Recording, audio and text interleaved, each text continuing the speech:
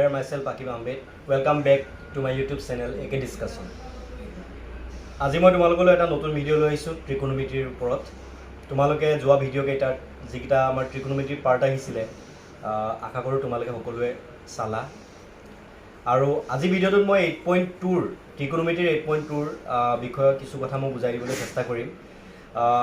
আজি ভিডিওটো চোৱাৰ আগতে তোমালোকক অনুৰোধ কৰিছোঁ আগৰ ভিডিও কেইটা এবাৰ চোৱা। ট্ৰিকোনোমেট্ৰিক টেবুল বুলি যিটো মই ভিডিও বনাইছিলোঁ সেই ভিডিওটো চোৱা, কাৰণ সেই ভিডিওটো বা সেই তালিকাখনৰ অবিহনে আজি বুজা চেপ্টাৰটো যিটো বুজাম মই চেপ্টাৰ আজি সেই চেপ্টাৰটো তোমালোকে কৰিব নোৱাৰিবা। গতিকে আমি দেৰি নকৰোঁ, সোনকালে ভিডিওটো আৰম্ভ কৰোঁ। আজি মই তোমালোকক 8.2ৰ 3 নম্বৰ কুৱেশ্যনটো বুজাই দিব লৈছোঁ। 3 নম্বৰ কুৱেশ্যনটো দিয়া আছে cos 45 degree sec 30 degree plus cosec 30 degree. এতিয়া প্ৰথমতে cos 45 ডিগ্ৰী মান জানিব লাগিব। cos 45 ডিগ্ৰী মানটো হৈছে 1/√2। চোৱা cos 45 ডিগ্ৰী লব স্থানত আছে, আমি লব স্থানত ধুনীয়াকৈ বহাই দিছোঁ। sec 30 ডিগ্ৰী মানটো হৈছে 2/√3। গতিকে আমি ইয়াত 2/√3 ধুনীয়াকৈ পাতি দিম। sec 30 জেগাত 2/√3 আমি পাতিলোঁ। তাৰপাছত cosec 30 ডিগ্ৰী আছে। cosec 30 ডিগ্ৰী মানটো হৈছে তোমাৰ 2। এডোখৰত মই 2 পাতি দিলোঁ। এতিয়া চোৱা ওপৰ অংশত 1/√2 আছে, আমি তাক একো ধৰণৰ প্ৰথম অৱস্থাত এতিয়া কৰিব নোৱাৰোঁ। গতিকে ছেম টু ছেম লিখি আমি 2/√3 প্লাছ 2ৰ মাজত আমি কি ল'ব লাগিব? লসাগু ল'ব লাগিব। মই লসাগু অংকটো ছাইডত তোমালোকক কৰি দেখাইছোঁ। 2/√3 প্লাছ 2। 2ৰ তলত যিহেতু 1 এটা আছে বুলি ভাবিবলৈ কৈছিলোঁ তোমালোকক, হয়নে নহয়? গতিকে √3 আৰু 1ৰ লসাগু কিমান হ'ব? √3 হ'ব। √3 আৰু √3 কিমানবাৰ যায়? এবাৰ যায়। ঠিক আছে, সেই 1টো 2 লগত পূৰণ হ'ব। 2 × 2 প্লাছৰ জেগাত প্লাছ। 2 তলত যিহেতু 1 এটা আছে, 1 √3 কিমানবাৰ যায়? 1ৰ লগত কি সংখ্যা পূৰণ কৰিলে মানে √3 হ'ব? √3 পূৰণ কৰিলে হ'ব। গতিকে √3টো 2ৰ লগত পূৰণ কৰিলে কি হ'ব? 2√3। বহুতে ভাবিব পাৰে যে 3 × 6 কিয় নহ'লে? কাৰণ 2 আৰু √3 এটা বেলেগ বেলেগ মানে অংশ হয়। গতিকে সিহঁতৰ এটা আনটোৰ মাজত পূৰণ নহয়, কাৰণ 2টোৰ পৰা যদি ৰুট থাকিলে তেতিয়া পূৰণ হ'লহেঁতেন। আকৌ এবাৰ কৈছোঁ, √3 আৰু 1ৰ লসাগু √3 আৰু ঠিক এবাৰ যায়, সেই 1টো 2 লগত পূৰণ কৰিলোঁ, প্লাছৰ জেগাত প্লাছ। 2 তলত 1 এটা আছে, যিহেতু 1 √3 বাৰ যায়, সেই √3টো 2 লগত পূৰণ হ'ল 2√3। গতিকে আমি ওপৰত আনি ধুনীয়া জেগাত আনি পেলাই পাতি দিলোঁ 2 + √3 ডিভাইডেড বাই √3। এতিয়া 1/√2 আৰু 2 + 2√3 ডিভাইডেড বাই √3 মাজত কি চিন আছে? এডাল হৰণ চিন আছে। গতিকে হৰণ চিনৰ জেগাত মই যদি পূৰণ চিন দিবলৈ হয় তেতিয়া কি হ'ব? প্ৰতিক্ৰম হৈ যাব। √3টো ওপৰলৈ গুচি যাব আৰু তলফালে থাকিব 2 + 2√3। অ'কে, এতিয়া √3 গুণ কি বাৰু? √3। এতিয়া √2ৰ লগত 2 + 2√3 এইটো কি হ'ব? মই ব্ৰেকেট দি দিছোঁ, তোমালোকক বুজিবলৈ সহজ হ'ব। এইটোৰ লগত এইটো পূৰণ হ'ব প্ৰথমতে। √2ৰ লগত যদি 2 পূৰণ হয় কি হ'ব? 2√2 হ'ব। অ'কে, প্লাছৰ জেগাত প্লাছ।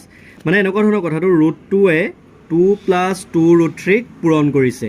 এইটো পূৰণ কৰিলে কি হ'ব? 2√2 হ'ব, প্লাছ √2য়ে যেতিয়া এই অংশটো পূৰণ কৰিব, √2টো 2 লগত নিমিলে, √2টো √3 লগত মিলিব। গতিকে 3 × 2 = 6 মানে √6 আৰু 2টো জেগাত নামি যাব। গতিকে তোমালোকে এইটো কথা ভুল নকৰিবা যে √2টো √3 লগত মিলিছে।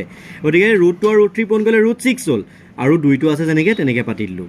ঠিক আছে, 2√6। এতিয়া চোৱা, বহুতে এইডোখৰতে এনচাৰটো ৰাখি থয়, কিন্তু ফিনিচিং এনচাৰটো উলিয়াবৰ কাৰণে আমি আৰু এটা ষ্টেপ আছে, সেইটো কৰিব লাগিব। এইটো কি কৰোঁ? √3 আছে, এইটোক A বুলি ভাবা আৰু এইটোক কি বুলি ভাবা? B বুলি ভাবা।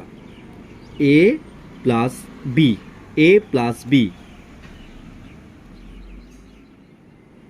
মই ইয়াত ঠিক আছে, এইটো A + B বুলি ভাবোঁ, A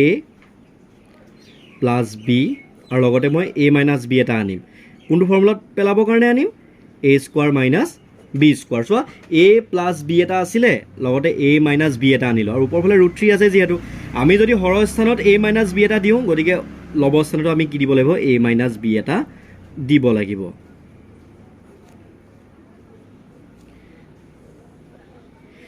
A + B, A - B মানে কি হ'ব? A² -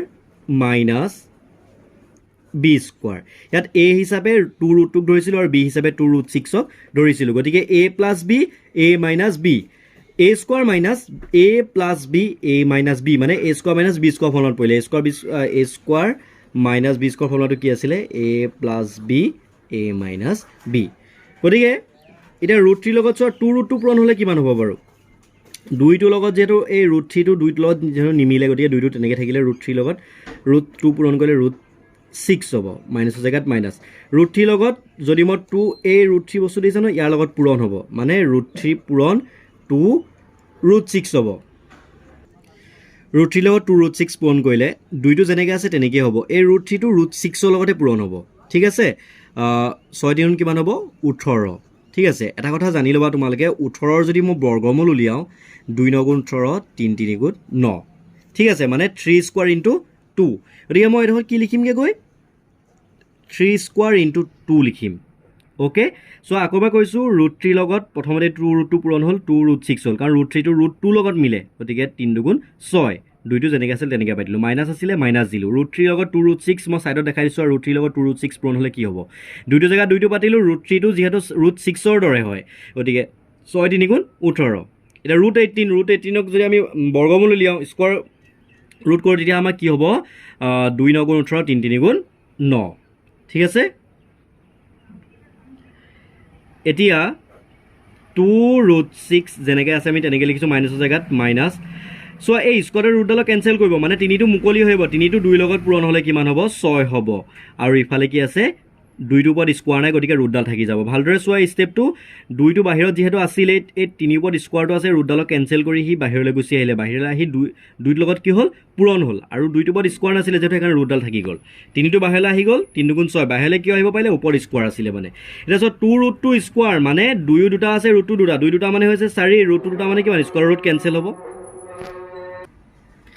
2 দুটা আজি মানে 4 আছিলে হয় নাই ৰুট 2 দুটা মানে কি স্কোৱাৰৰ ৰুট কেঞ্চেল হ'ল বুলি ভাবিলে কি হ'ব 2 হ'ব মানে কথাটো কি যে ৰুট 2 স্কোৱাৰ মিনছ কি ৰুট 2 দুটা ৰুট 2 দুটা মানে কি হয় পূৰণ কৰিলে 2 হয় মনত ৰাখিবা দেই মাইনাছৰ জেগাত মাইনাছ 2 ৰুট 6 স্কোৱাৰ মানে 2 স্কোৱাৰ মানে হৈছে 4 ৰুট 6 দুটা মানে ৰুট 6 স্কোৱাৰ মানে এনে চিম্পুল ভাষাত বুজি থবা স্কোৱাৰৰ ৰুট কেঞ্চেল হৈছে বুলি বুজিবা কিমান থাকিলে 6 থাকিলে তেনেকৈ ধৰণে সহজ ভাষাত তোমালোকে বুজিব পাৰা ঠিক আছে মানে ওপৰ ফালে থাকিলে 2 ৰুট 6 মাইনাছ 6 ৰুট 2 4 2 গুণ 8 6 4 গুণ 24 এতিয়া ওপৰ ফালে 2 ৰুট 6 একেদৰে আমি ৰাখি আছোঁ ষ্টেপকেইটা 6 ৰুট 2 দিছে না 6 ৰুট 2 যেনেকৈ আছে তেনেকৈ লিখিছোঁ 2 ৰুট 6 যেনেকৈ আছে তেনেকৈ লিখিছোঁ 24 পৰা 8 গ'লে যিহেতু কিমান থাকিব 16 থাকিব ডাঙৰ সংখ্যাৰ আগত মাইনাছ চিন গতিকে মাইনাছ চিন দিলোঁ এতিয়া চোৱা আমাৰো এতিয়াও ফিনিচিং হোৱা নাই এনচাৰটো আমাৰ লাষ্ট ষ্টেপটো আছে যদি ইয়াৰ পৰা আমি 2 এটা কমন লৈ লওঁ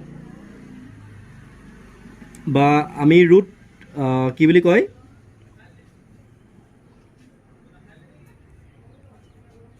2 এটা যদি কমন লওঁ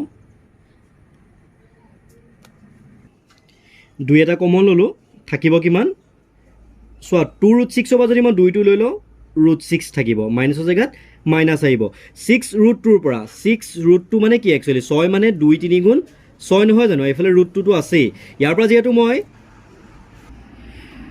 2টো কমন ল'লে কিমান থাকিব 3 ৰুট 2 থাকিব নাথাকে গতিকে এইটোত কি হ'ব 3 ৰুট 2 আকৌ এবাৰ কৈছোঁ চোৱা 2 ৰুট 6 মাইনাছ 6 ৰুট 2 মাজত মই দেখিলোঁ 2 এটা কমন ল'লোঁ ঠিক আছে 2 এটা কমন লোৱাৰ লগে 2 ৰুট 6ত অকল ৰুট 6 থাকিলে মাইনাছৰ জেগাত মাইনাছ দিলোঁ সেইটো 6 ৰুট 2 মই 2টোতো ৰুট 2ৰ পৰা ল'ব নোৱাৰোঁ মই হয়নে নহয় 6ৰ পৰা ল'ব লাগিব গতিকে 6ৰ পৰা যদি মই 2 লওঁ 6 মিনছ কি 2 3 গুণ 6 নহয় জানো 2টো লৈ ল'লোঁ গতিকে থাকিলে কি 3 আৰু ৰুট 2টো যেনেকৈ আছে আমি তেনেকৈয়ে লিখিব লাগিব তলৰ ফালে আছে কিমান 16 2 গুণ 2 2 8 গুণ কিমান 16 ঠিক আছে গতিকে তলৰ ফালে থাকিলে আমাৰ মাইনাছ 8 আৰু ওপৰ ফালে থাকিলে কিমান ৰুট 16 মাইনাছ 3 ডিভাইডেড বাই ৰুট 2 এতিয়া আমাৰ চোৱা যিহেতু প্ৰামাণিক ৰূপত লিখিব লাগে এইটো মাইনাছডাল তলফালে থাকিলে অংকৰ এইটোক আইডিয়েল ফৰ্ম বুলি নকয় ঠিক আছে গতিকে আমি মাইনাছডাল ওপৰ ফালে নিব লাগিব যদি আমি মাইনাছডাল ওপৰ ফালে নিওঁ তেতিয়া কি হ'ব একচুৱেলি কথাটো তেতিয়া মই বা তোমালোকে এনেকৈ ধৰণেও বুজিব পাৰা যে এনেকৈ ধৰণে তোমালোকে বুজিব পাৰা যে 2/3 আছে 2/-3 আছে এইটোক আইডিয়েল ফৰ্ম বুলি নকয় সদায় মাইনাছডাল কোন স্থানত ৰাখিব লাগিব লব স্থানত ৰাখিব লাগিব হৰ স্থানত থাকিলে তাক আইডিয়েল ফৰ্ম বুলি বা প্ৰামাণিক ৰূপ বুলি নকয় ঠিক আছে গতিকে আমি ওপৰফালে আমি মাইনাছডাল কমন লৈ লওঁ ঠিক আছে সদায় মনত ৰাখিবা মাইনাছ এডাল যদি আমি কমন লওঁ তেতিয়া এই পদকেইটাৰ আগত যিকেইটা চিন আছিলে সেই চিনকেইটা সলনি হৈ যায় √6ৰ আগতে একো চিন নাই মানে ডেট মিনছ প্লাছ আছে গতিকে এতিয়া কি হৈ যাব মাইনাছ হৈ যাব 3√2ৰ আগত মাইনাছ আছিলে এতিয়া কি হৈ যাব প্লাছ হৈ যাব এই সলনিটো কিয় হৈছে চেঞ্জটো কিয় হৈছে কাৰণ মাইনাছ এডাল মই কি লৈ লৈছোঁ কমন লৈ লৈছোঁ ঠিক আছে মাইনাছ এডাল মই কমন লৈ ল'লোঁ এতিয়া √6ৰ আগতে আছিলে প্লাছ এতিয়া হৈ গ'ল কি মাইনাছ 3√2ৰ আগত আছিলে মাইনাছ আগতে এতিয়া কি হৈ গ'ল প্লাছ এই চেঞ্জটো হ'বলৈ পালে মাইনাছডাল কমন লোৱাৰ কাৰণে এতিয়া ব্ৰেকেটটো খুলিছোঁ বাৰু মাইনাছে কি প্লাছ মাইনাছে প্লাছে মাইনাছ মানে ছেইম থাকিব তলফালে আছে -8